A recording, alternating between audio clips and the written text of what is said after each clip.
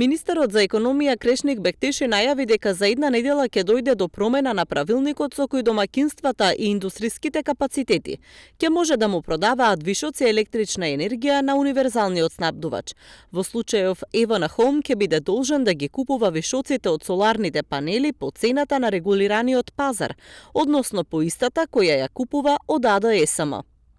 Ова е една од реформите што го правиме во енергетскиот сектор, а секако уште еднаш повик до локалната самоуправа за да ги плаќа сметките за електрична енергија, за топлинска енергија, како што треба да направат и другите институции, а воедно и да направат инвестиции во делот на обновливи извори на енергија, пошто овие мерки се во корист и на граѓаните, и на локалната самоуправа, а секако дека и на стопанството од целина.